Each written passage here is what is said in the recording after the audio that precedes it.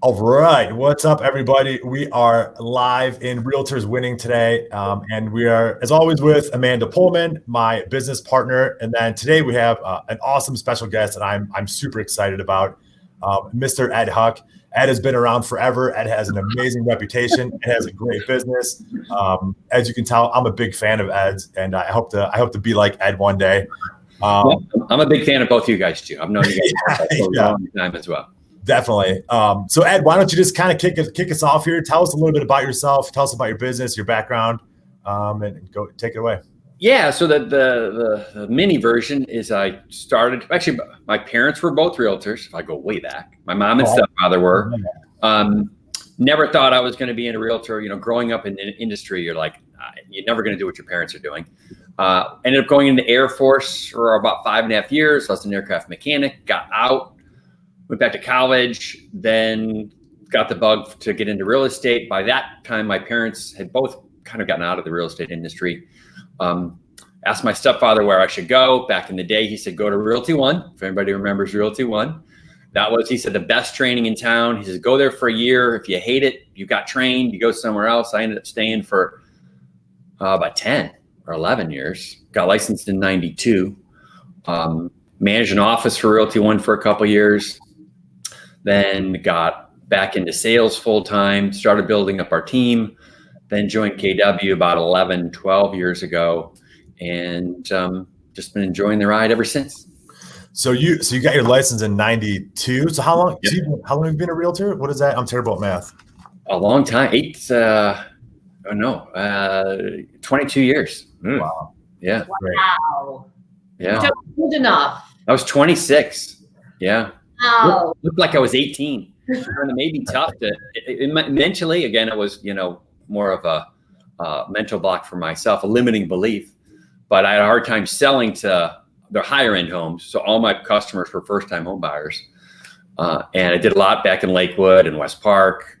I was out of the Westlake office at the time, and that's when the manager, the district manager, asked me to go back and manage the West Park Realty One office because so many of my customers were back that way. Yeah, I love it. So Ed, and I'm going to make you blush here a little bit because whenever I'm talking with agents, that are new or coming up or like myself, kind of starting to build a team and getting things going, and we always use you as the example of like, well, Ed's got the best business. I say it all, like Ed's got the best business. He does well. He's respected. His clients love him. He has amazing referral business. How do you do it? Like what would you say separates you from most other realtors? Whew. I'm blushing. I don't know if you can see, but I'm a little red. Yeah, no, that's a massive. It's literally, I tell people all the time, like, I want to be like Ed one day. Wow. He said, when I grow up, right? No, and I appreciate that. That means a lot to me. I mean, that's, because I respect both of you guys as well. That's, I'm honored. So I don't know. I think it goes back to, maybe integrity, it's something we always, we have a big banner in or a poster in our kitchen here at our office that says humble and hungry. We want people that are on our team that are hungry, that are go-getters, that are, every day we wake up knowing that, hey, this business is about finding new business. So that's what we want. And then you have to be humble, at least to fit into our culture here. And integrity is another huge piece of that. And then I also think part of our core values that we defined as a team 3 or 4 years ago, I guess it was we're all also team players, and then we're learning based. So, I think having done, when I went to Realty One back in the day and got started, the training was amazing. I mean, you had a week-long class in a room before you'd even were allowed to sell a house. It was 8 hours a day for maybe it was 2 weeks. I forget. So it was a long time. Wow. And that was one of the things that attracted me to KW as well. The training has been like drinking from a fire hose. Yeah. So I'm curious, Ed. Two things? How is your team made up? Mm-hmm. And what would you say your ratios are with listings versus buyers?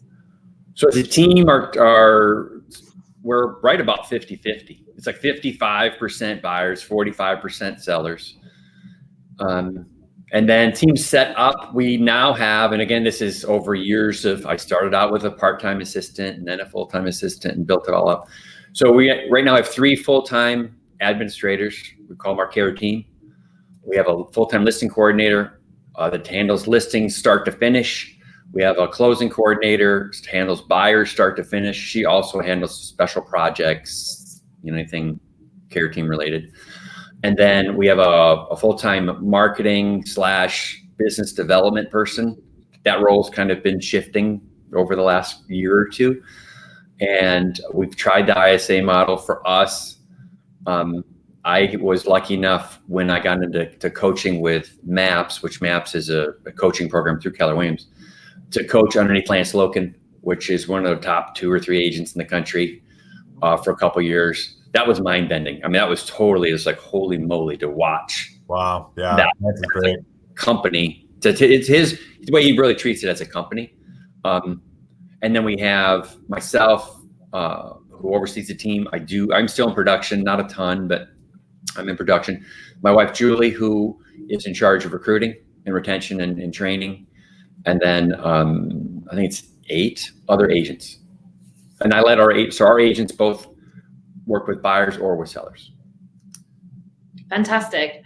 And I'm curious because I got some notes from Gary Keller's mastermind yesterday, and he was talking a lot about, the name of the game is listings, as we know, and we all have to put so much energy around getting listings. So tell me a little bit about what you're doing now with your team, such that you're a listing-based business, so you're, creating and building on your dominance in the market with listings. Because it's a tough market out there, very competitive. To get a listing, it certainly is.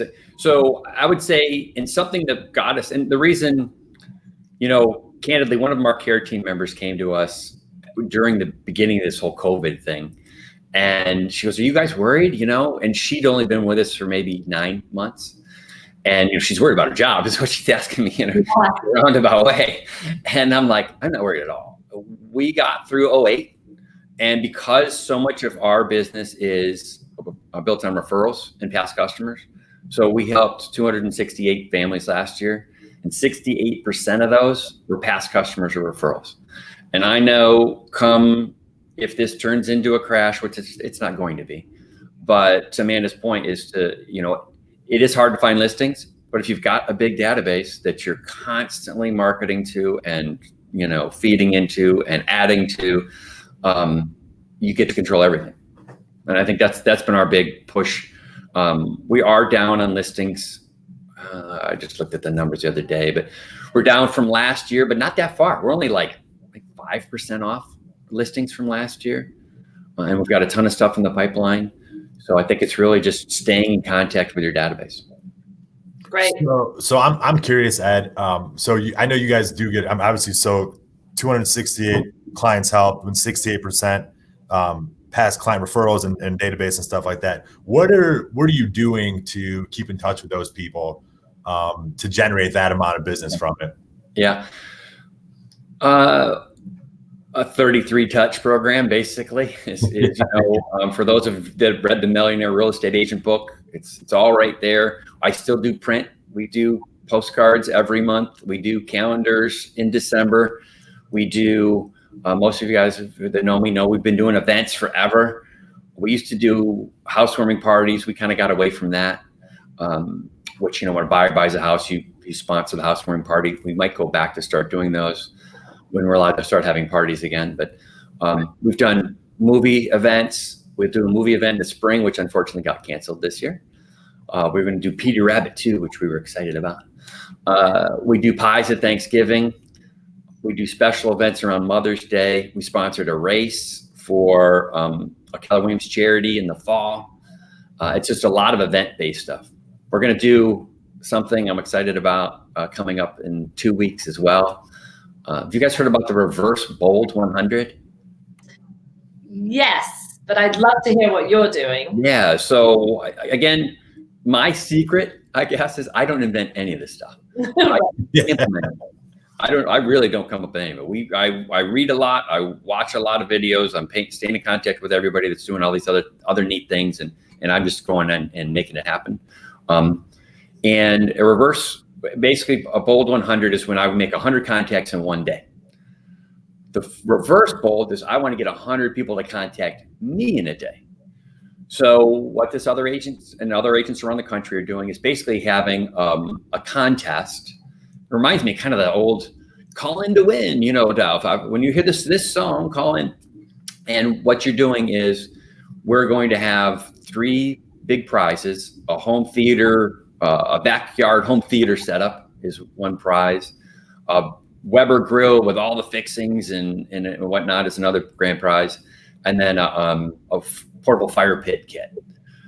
So what we're asking people to do is you have to call in on June 19th between 9 and 4, and you have to register in person on the phone. So we're going to have a ton of people calling us. And this agent had like 270 people call in. She added a ton of people to her database. And then, she's got, directly working with like 5 or 6 people right from that contest. So, and then I'm going to, she gave us a whole playbook on how to promote it beforehand with Facebook Live and everything else. So I'm excited about it. So I'll talk to you guys in about a month and I'll let you know when. Yeah, I've had great successes with that program. Your prizes though are gobsmackingly brilliant. Wow. Who wouldn't call in and win? Exactly. I'm calling. Yeah. I've got my bold 100 pin. So good for you. Awesome. Yeah. Love it. Yeah, that is great. I'm furiously taking notes here. So I'm just curious, and this is more of a selfish question. Right. Who on your admin staff sets up those parties and runs all of that? Yeah, so it's finally come down to a part-time position has been, and we've kind of shuffled that role around a little bit over the years, but it does become a part-time job to schedule it, fix. I mean, just creating the postcard for the pies, sending out the letter, coordinating who we have. People get to pick, do you want pumpkin or apple? Like somebody's got to coordinate all that. So it does. It's a lot of work. Yeah, it is. I mean, it's definitely, even just getting the prize packages together. Okay, yeah. She's online picking out oven mitts and, skewers and the whole 9 yards. And I don't have time for that. So we need to have somebody do that. And so it's one of your current people, or do you bring someone in to do? No, it's kind of morphed into. It's been a role on the team. Yeah. Okay. And so is it like your marketing person, or is it one? Yeah, it's a marketing person. Yeah. That's great. And a fun position, like it's a client care position. Yeah. Yeah.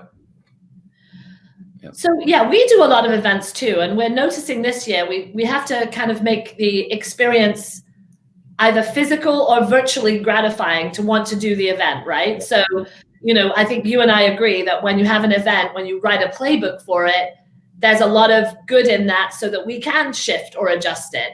Yep. So I love the Bold 100 or Reverse Bold 100. What other events can you do virtually? Although I know Pi, for example, Pi Day, of course you can still do it. You just may have to deliver pies, which is even more impactful because you're one-on-one more. But what other ones could you do virtually? Like the movie theater? Yeah, we're done. We had to cancel that, unfortunately. So now I'm taking the budget from that and moving it to this. That's why we were able to do some bigger prizes. Right. We did about a month ago, one of our favorite local musicians, we stumbled on, he was doing Facebook Live every night from like 7 to 9 with call-in requests. So we teamed up with him, I guess about a month ago, and we would normally be doing a food drive also in May. So we teamed up with Greater Cleveland Food Bank, and I paid him to play for us for like 2 hours so we promoted the heck out of it. And it was also turned into like a telethon for Greater Cleveland Food Bank. So we raised, I think it was $2,700 for the food bank. And we had people interacting all night with him, and, he's doing requests and he's giving shout outs. And we had of course we had some Ed Huck team gear behind him, the banners and stuff. So, and that was a big event. And that was, again, I got that from a webinar I was listening to that somebody else did it and worked out great. And you do a lot of home buying seminars, don't you? And first-time buyer seminars. I see them posted a lot, which I always think that's so amazing. Still going to go ahead and do those, but just differently? We did. So we've already done a seller seminar and a buyer's workshop. and had pretty good turnout for both of those too. And then got some interactions. And I think, as you guys know, a lot of it is just do it. If nobody shows up, who cares? Just do it again and do it again and do it again. Right. And the part is, we now have it as a resource. So if we do stumble across a buyer that needs it, go to our YouTube page and go look it up. Fantastic. Yeah, I love that. That's great. So what's next for you guys? Like, what's your plan as you grow and continue through all this stuff? What are you guys going to do? So that's a good question. I'm gonna keep doing a lot of the same things we're doing, and just kind of, to Amanda's point, figure out, because we're so high touch, meaning shaking hands at a movie and doing these events, just keep figuring out how we can tweak those to make them, CDC compliant. So we're doing the social distancing. I don't have anything else in the pipeline, to be honest with you, when it comes to recreating that. So if you guys hear any other good ideas, let me know. Shoot, I got to keep. Well, here's what I'm going to do. So I'm going to keep listening to the webinars and reading the books and paying attention to what everybody else is doing, and just start taking their ideas and implementing them. Yeah, I love that. So what with the stay at home and the shutdown and the COVID and all the stuff, what tweaks did you do, besides bringing your events, virtual, or changing those? Was there anything that you guys change on a day-to-day basis that really helped you stay ahead and keep pushing forward? I don't know, maybe because we didn't change much. So we still had, the way our team is set up, we function a lot differently than some other teams, meaning our team members have to be at a meeting on Monday from 1 to 2. They have a 4-1-1 with their coach. So I have 2 co-directors of sales. So everybody in the sales team has to report to somebody above them. So they have a half hour to 45 meeting with them once a week. We have a lunch and learn from noon to 1:30 on Thursdays that they have to be on. So we just obviously quickly adapted to figuring out how to do that all online now. And we've not missed a beat with any of that. So we're still holding everybody accountable to make sure they're doing their goals and their contacts. And we've got a little contest running that we just started. This actually starts June 1st. We're doing Christmas in July for our team members to kind of, if they hit their goals for the week, they get to put a ornament up on a tree. It's all crepe paper. I'm gonna have my kids make the whole tree. But anyway, they get to put an ornament up on the tree. And then on July 25th, we're gonna have somebody pull down a winning ornament, and that person wins the prize. Oh, that's so cool. I love that. Go ahead, Amanda. I feel you. What I love hearing from you, Ed, is you're not missing a beat. You're not skipping a beat. You've been through market downs, ups, shifts, crashes. Yeah. Right? This is like part of the course. I mean, you instill so much confidence. I mean, that's a really great thing for all of us listening, because we've interviewed a lot of newer agents that haven't been through it. So if there's one thing that you could give agents that this is all brand new to them, and maybe they are feeling, really overwhelmed, their buyers aren't getting their offers accepted, they're in multiples, they're having to do cartwheels and they're still not getting it accepted, they're still not winning, and listings are scarce. I mean, you said yours are down about 5%. Well, you're outpacing the market, because the market's down, I think, almost 20%. So what's one thing you can say, apart from your confidence, get through this if you haven't been in this situation before as a newer agent? Yeah. Somebody on my team asked me something similar to that. And, it really it's all about the database. And that's really where it's build it, nurture it, manage it, touch it, work it, add to it. I think that's another thing is I think a lot of people stopped adding, and the first thing they started doing when things got scary was stopping to add to the data bank. But I think that's probably the biggest thing, that to control your business forever, that's what you need to do is to continue to build a big data bank, and ask for listings when you're calling them. Ask for hey, who do you know that needs to sell? Take advantage. It's never been a better seller's market in the whatever years, 2 years I've been selling real estate. I don't think it's ever been this strong of a seller's market. And the houses are flying, you guys know, flying off the shelf, top buck, having problems with appraisals because they're going way too high. I mean, there's all kinds of different challenges when it comes to that. But if you just keep filling that database, you'll get through any of this stuff. So who do you put in your database? So if I'm a person, and I'm in the business a few years, let's say I don't even have a database, and you're giving me advice on how to build it. Right. What are you telling me? Who am I putting in there, and how am I building that and adding that and to make it big? Love it. Great question. Yeah. So, hey, CJ, who cuts your hair? Where do you get your, who does your dry cleaning? And then, even so, I'm crazy. I don't know who else getting this video, but when I was interviewing insurance agents, my insurance agent retired. I got a new insurance agent, and light bulb went off. This is really start to look for allied resources that can give you more than just one referral a year.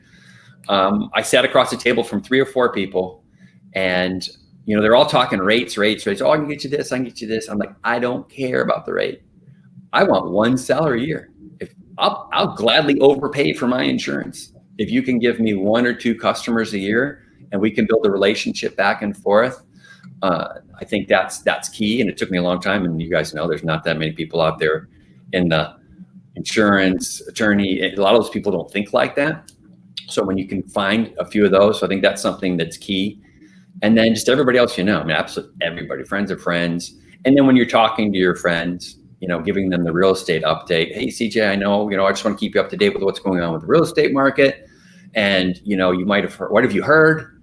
And then, let them answer, and then say, hey, give them the truth, the scoop. And hey, CJ, who else do you know that might need to know this kind of information? What other people do you know that I could share this information with? And just ask for, and that's not even asking for who do you know that needs to buy or sell a house, just who do you know that needs more truth? Who do you know, what neighbors do you know that I can call today to let them know really what's going on? I love that. That is so, that's a huge aha for me, Ed. It's because that's so like indirect, but still, like if you were telling me, I would say, oh, you know what, my neighbor down the street, they actually told me the thing about selling their house. Why don't you call them and fill them in? Like that's such a great way that's not threatening to somebody. Yeah. I love that. Thanks. Now you also talked about you do some print. What about newsletters? I'm curious, do you do newsletters in print, or are you doing newsletters through email? And if so, kind of how often? Because I get some of yours and I like it. So sorry. Okay. So we always share. Exactly. Oh, I sure. I'm not on the list, Ed. What's going on? I can get you on 10 seconds. We'll have you on the list. So we do, most of the postcards are just the jumbo oversized postcards. We don't do, I used to do our print newsletter. I don't do that anymore. It's just an e-newsletter. And we do need to do a better job of, in my perfect world, I want to customize it to everybody in Westlake gets this newsletter and it has just Westlake stats. Like maybe that's something we're going to finish doing this year. And then everybody in North Olmsted gets this newsletter. And now with working in Command, we'll have a much better flow of that. We just moved everything off a top producer and into Keller Williams's internal, content management software called Command. Oh, wow. Yeah. Wow's not what I've been saying for the last couple of weeks, trying to figure out how to get everything moved over. There's been a lot of different words I've been using. Yeah. But I know it's going to pay off in the end. Yeah, because you can tag them. So you can just send your newsletter to everyone that has a Westlake tag on it. Yep. Now. Yeah, exactly. Yeah. Yeah, it's great. So Ed, we have a few more minutes left. So is there anything that you want to get out there? It's mainly realtors watching. Anything that you need or looking for in your business that we could help you do? Help me do? Sure. What are you looking for? What do you want to tell the real estate? Yeah. So, well, we need team members. So, we're always looking for top talent. We're looking for full-time, not hobbyists. Our internal slogan is changing the way real estate sold. And then what that means to us is, again, you're hungry, you're humble, gobs of integrity, learning based, and like to have fun, because we do like to have a lot of fun. We've been to, I've gotten the party bus and we've all gone down to Blossom to see Keith Urban and whatever. So we like to have a lot of fun too. But I would say we're always looking for team members. And anybody else out there, I share everything. If you have any questions about anything I'm doing, we have an Ed Huck team shares link to like a Google Drive that we just put everything up on. And I'm more than happy to share anything that we're doing. Yeah, and I've asked you guys for stuff. Julie shared something with me. She sent me a referral, just some random. I was like, hey, what are you guys doing for XYZ? And she sent everything over to me right away. And we kind of took it, tweaked it, and we use it now. So yeah, thank you and Julie, because you guys have definitely helped us. And we've modeled some things we do off you guys. So yeah, you guys are for sure. And that's a bold lock. I mean, abundance, right? I mean, I'd rather, we're trying to change the way real estate sold for our team members, for our admin staff, and for our customers and the industry. So, I know you and Amanda are killing it out there, and you guys also think that same way. And we know there's way too many realtors in this industry, unfortunately. And I'd like us all, if we could figure out a way to top grade the whole industry, I'm all for that. Yeah, I agree. And there's enough business to go around. Like, Amanda and I'm probably too open at times, and Amanda, you too. And it sounds like you're open. It's like, there's enough to go around, and there's enough business for everybody. And the more you share and learn, the more the industry gets better and people can learn. That's a great point. I know, CJ, you guys do some business, in the same areas that we work.